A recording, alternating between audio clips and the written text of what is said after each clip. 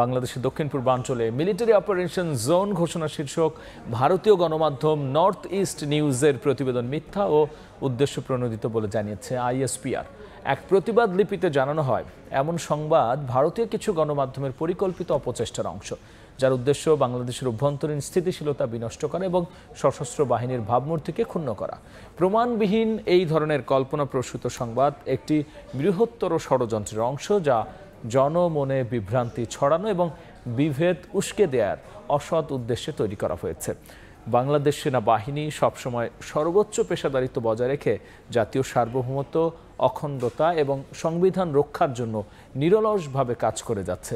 জাতীয় স্বার্থে সেনাবাহিনী কখনই আপোস করেনি আর ভবিষ্যতেও করবে না বলে এতে জানানো হয়।